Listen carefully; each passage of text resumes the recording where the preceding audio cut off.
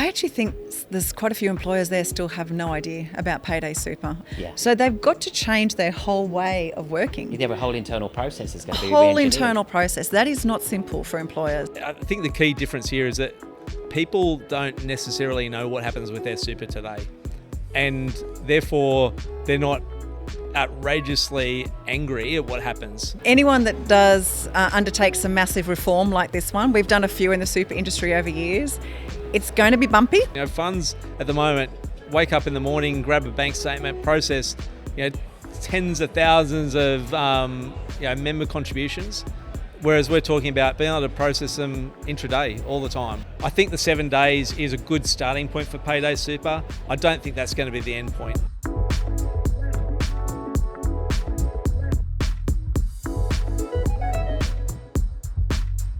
Welcome to the AP Plus Point of View podcast.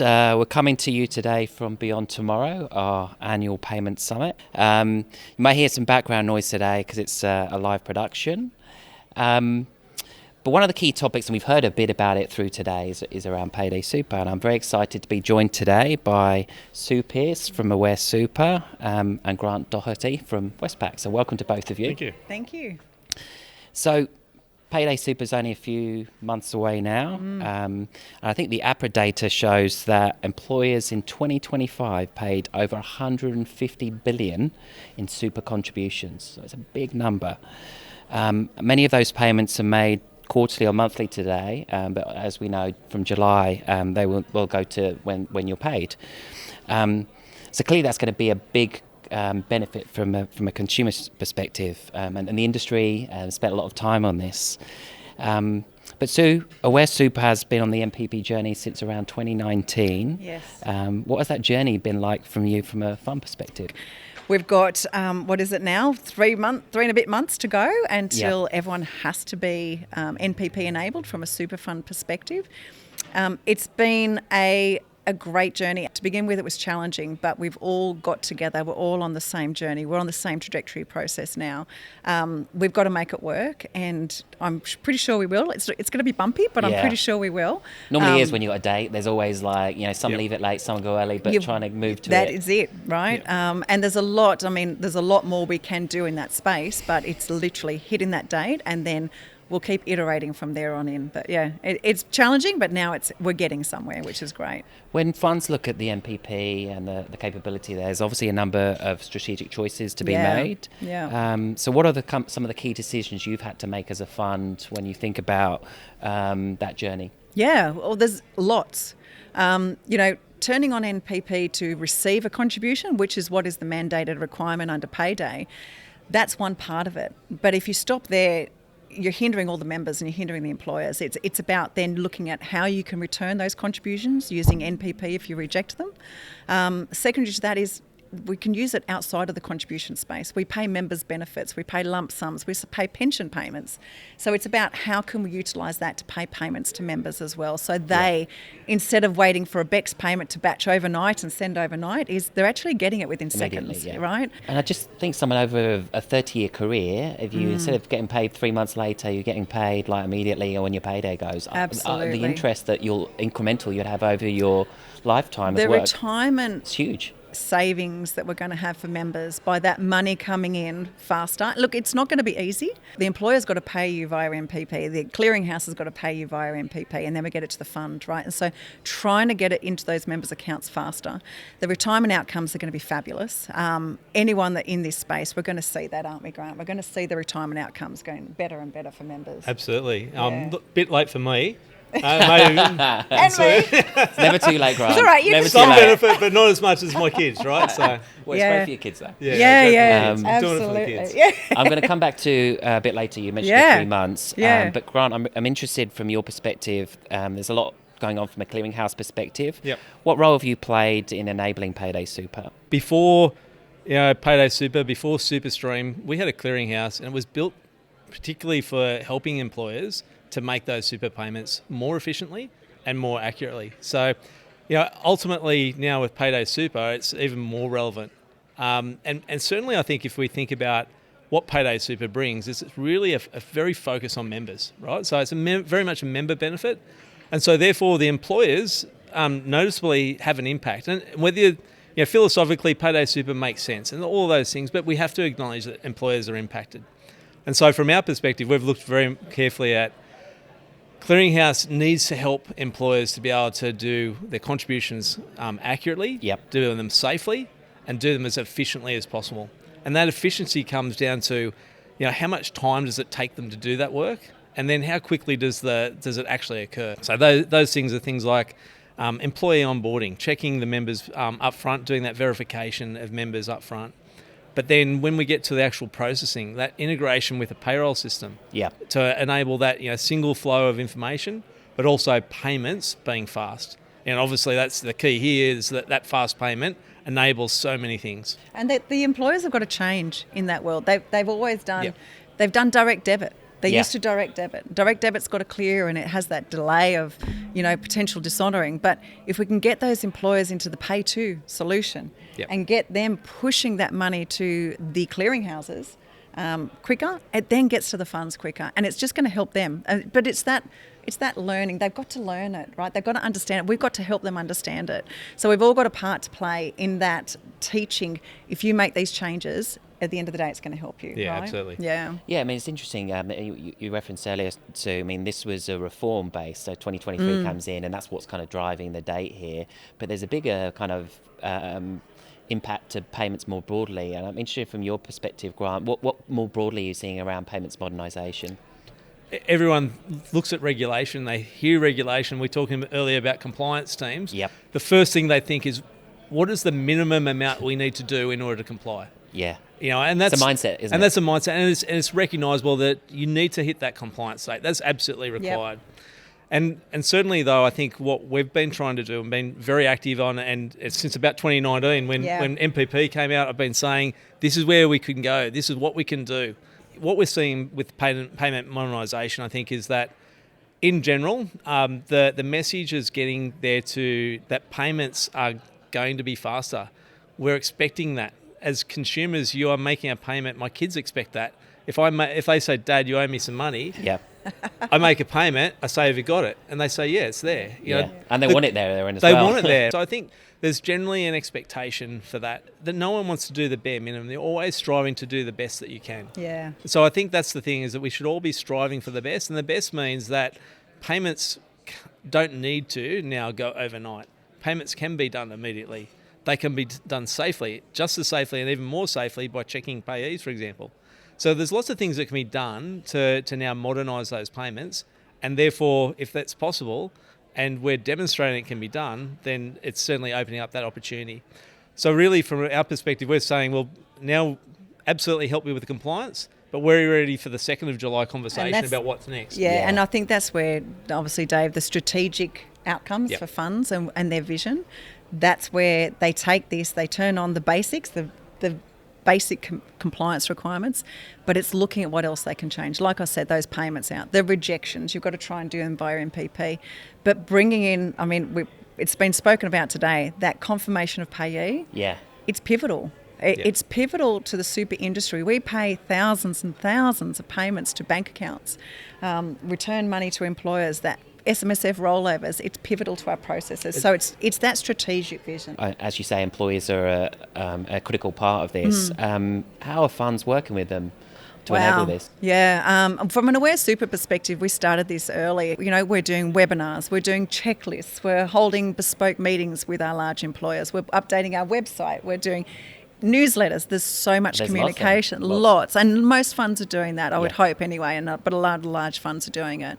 But you've got to go one step further. There's 950,000 employers out there, right? And from a super fund perspective, we have a certain group or a certain cohort that are registered with us to be a default fund. But you think of that, there's so many that are not in the ecosystem. So I think every fund has got an action, a call to action to try and communicate more broadly, whether it be media, whether it be, LinkedIn, Instagram, whichever way it is, to just try and get that news story out there that some employer will do that doom scrolling one day and pick it up and go, oh my gosh, what's Payday Super?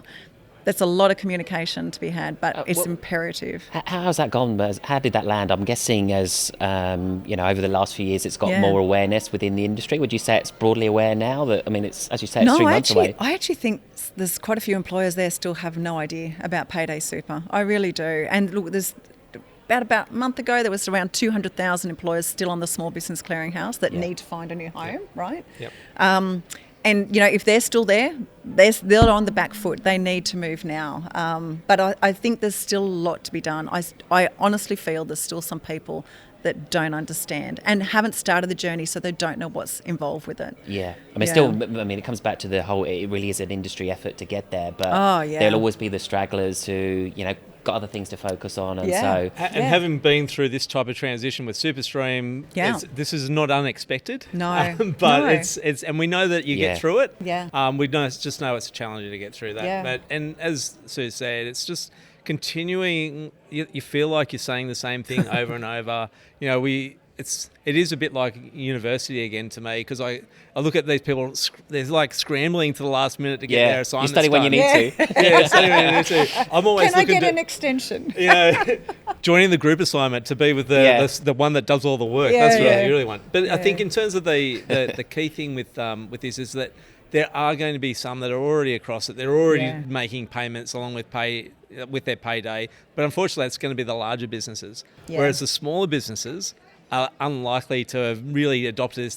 They're probably so busy that just keeping on top of their actual business and not being across reforms. It's just trying to reinforce that. So, and it is an ecosystem change for them, though, right? Yeah, Grant? absolutely. Because we've heard time and time again working with the employers. Well, I do my pay.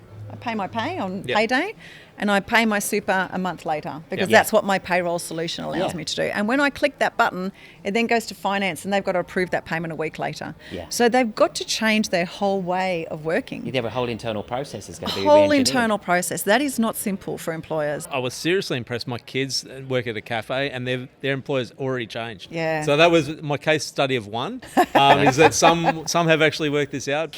So Grant, bringing this back to members, how does modernising super payments ultimately improve outcomes for them? Yeah, absolutely. So I think payday super in general, the legislation, obviously huge member benefits in terms of getting the money into bringing forward, I guess, the payments. I think the key difference here is that people don't necessarily know what happens with their super today, and therefore they're not outrageously angry at what happens. Because if you think about it, if your pay was not there on payday, you'd be Angry. quite angry, Yeah, right? you'd be upset. Okay. But let's say in a different way. If I say it's 88% of your pay is there on payday, the other 12% goes on a road trip. Yeah, for 3 months. And it could take a while, right? And so I think it's just a realisation of that for individuals. People haven't really cottoned on to that. So you have to care more than the individuals. And being a participant in this area, we've really taken that on board to say, if we don't care, then the individuals don't really know about it. They're not caring enough, but we need to help them to get their best outcomes. The education. Yeah. It is such an important part of a super funds world. The education to say your super's now going to be in your bank account, in your super fund, the same day as you get your pay, or a week later, 7 days later, it will be there. And it's that education piece. Go and look for it. Yeah. And then the more they go and look for it, the more they're engaged with their super fund. They are. Which is a bit of a problem today. We live and breathe super. We have done for many years. So we teach our children, get your app, go in, have a look, make sure, be Check your informed, balance. make decisions. This is your retirement egg. Yeah. And I think that is all of our job in this generation, is to keep teaching, keep educating. And the more we can do that from a funds perspective, obviously it's really important. But it's just getting people to make those informed decisions, don't you think, Grant? Like on their super, you've got to know that your 12% is coming into your super fund within 7 business days. And if it's not, go and ask why. And I'll just go a bit further there. So in terms of 7 business days, that is really the payday super obligation. Yep. Again, I don't get out of bed just for the minimum piece. So payday super, I read it as described. Pay super in on payday is what our objective is. Yeah. And so for me, that is absolutely the objective. We're already doing that. So I think within our clearinghouse, we've had about $600 million going through in real-time payments, and during certainly this sentence, someone's money will have gone from an employer to a fund within seconds. Yeah. through that. So, that's what's happening now, and that's going to increase as funds become more and more on board with the MPP, as employers become more on board. And in the end, the outcomes for members, it's not that they're going to probably retire 10 years later, but They'll earlier. retire with more, hopefully. But they'll be able to retire with more and have a lovely holiday thanks to this type of More this change. content, I think. More content, More yeah. content. Yeah. As someone leaning into the retirement vision soon, Yeah. it's more content. I just want to come back a point you made earlier, Sue, about we're 3 months out. Yeah. I'm interested in both your views on how did the industry mobilise at the right time, and how you're feeling about meeting that, that timeline. Oh, in 3 look, months. anyone that does undertakes a massive reform like this one, we've done a few in the super industry over years, it's going to be bumpy. Yep. Some people will be turning on the basic vanilla and saying I'm compliant, like Grant said before. Some people have gone a little bit more strategic way back and have got a bigger aspiration of how they're going to make this happen. I actually think it'll be very bumpy, but we're a connected group. This connection of working with Australian Payments Plus, the ATO and industry doesn't stop on 1 July. Yeah. So we'll turn the lights on and we'll go, that didn't work, let's iterate. And then for those that haven't done that strategic view, that have come to this journey late, I'm hoping and praying that they do that strategic view and go, how can I better this? Because you just don't want to do vanilla. You've got to look for the future. You've got to iterate, and you've got to find a way to go, that is what I want. How do I get there? I mean, we talk about SuperStream. It was a massive change to industry, but what it did introduce was really fast data messages, but payments that were slow. Yep. It's slower. And so therefore, this is what I guess I'm considering now is that we bring the payments in line with the data, and we can actually get them to move at the same speed. That's really the speed that we're going to expect. It's the type of speed that will get efficiencies. Funds at the moment wake up in the morning, grab a bank statement, process tens of thousands of member contributions, whereas we're talking about being able to process them intraday all the time. 5 years out, what does the superannuation experience look like for members in a world where payments have been modernised?